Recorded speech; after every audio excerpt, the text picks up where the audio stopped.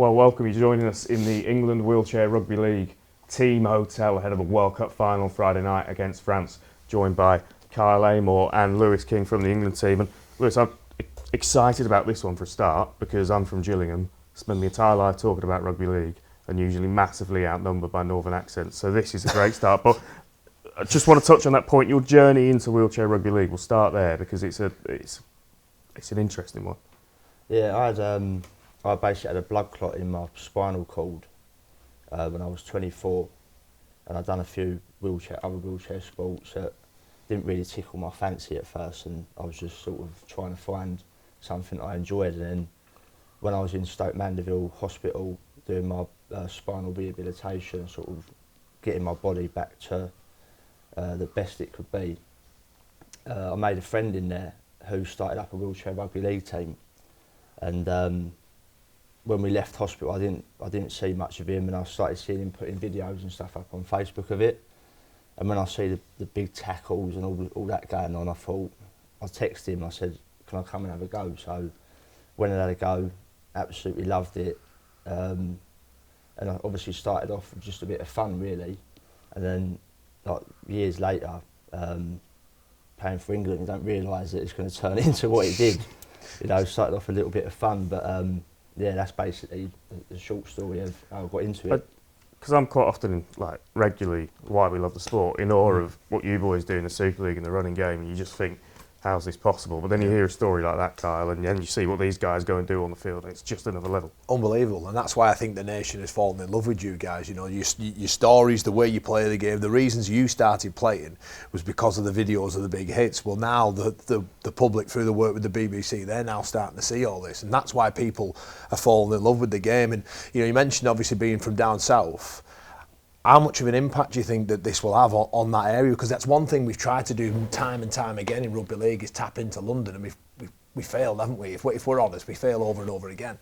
I just wonder with the likes of yourself and the platform that you're on, and the whole media interest and the viewing figures that they've had on the game, are you aware of what you might be doing? Yeah, it's absolutely huge, and just from me being here and me being from, you know, Dartford near South London, typically, like you say, out of a rugby league sort of area,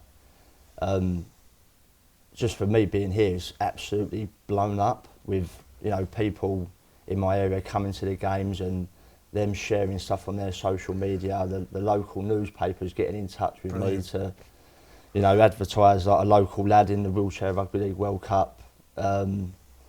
And you know, I've had neighbours and stuff from my area coming to the games and stuff, and the message just getting passed along, and yeah, it's just amazing how it's progressing in the south of England, and hopefully, you know, it'll keep doing that.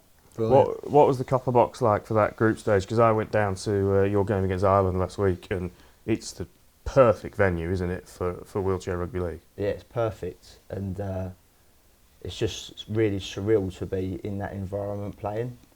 You know, years ago when I first started in 2015, 2016, we was having someone's missus in a sports hall filming the games on like a really bad, you know, channel. And now we're playing on BBC, Sky Sports, playing in these big arenas with thousands of people, and you know, we're just enjoying this moment, and you know, proud to be a part of where the sport's at right now. Brilliant. So what, you know, obviously looking ahead to Friday, you're playing against France. You know, the World Cups before have just failed, haven't they? You know, in 2013 and 2017. How special would it be for you to get this win with this group of players, given all the momentum behind you as well?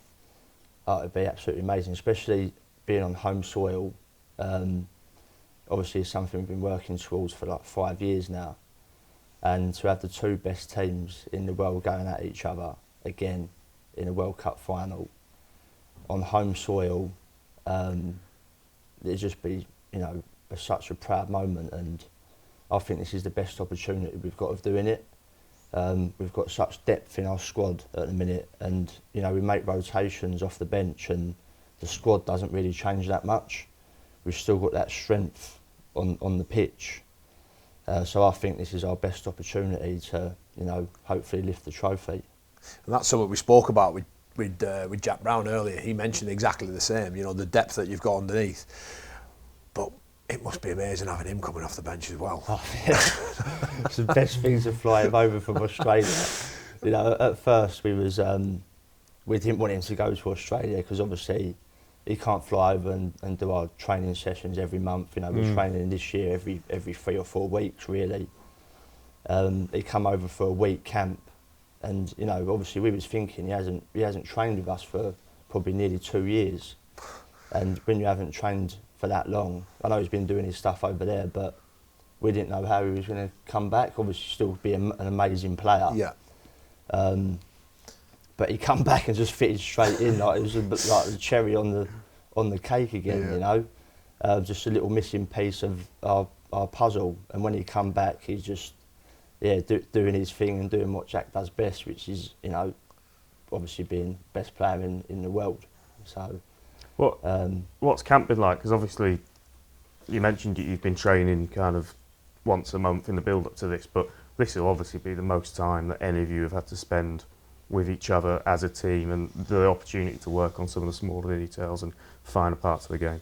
Yeah, we obviously had the 2 losses last November against France, and obviously we realised we weren't ready to have that World Cup then. So the 12-month delay gave us that opportunity to go back to the drawing board and see where we was at. Obviously we beat France in the mid-season. They was missing a few key players, but we played what was in front of us. We played our game plan and we won. And they've still got depth in their team as well. They've still got world-class players throughout their team without 2 or 3 of their key players. So that gave us a lot of confidence, and our training sessions have been getting better and better. And I just think we're now in the best place to go into this World Cup final. So Lewis, go on then. Where's the game won and lost? Tell our viewers where the game's won and lost this weekend. I think the team that makes the least errors, the team that completes their sets, and the team that is most composed and patient and sticks to their game plan. Because when you're under that much pressure, I think it can be quite easy to come away from what we're good at. So if we stick to our game plan, keep composed and be patient, keep the errors minimal and complete our sets, then that's the team that will win the game. Well, Lewis, it's been an absolute pleasure following you guys throughout this World Cup. We are all behind you on Friday night, so best of luck and bring it home. Thanks, mate. Cheers. Cheers. Cheers. Thanks, mate.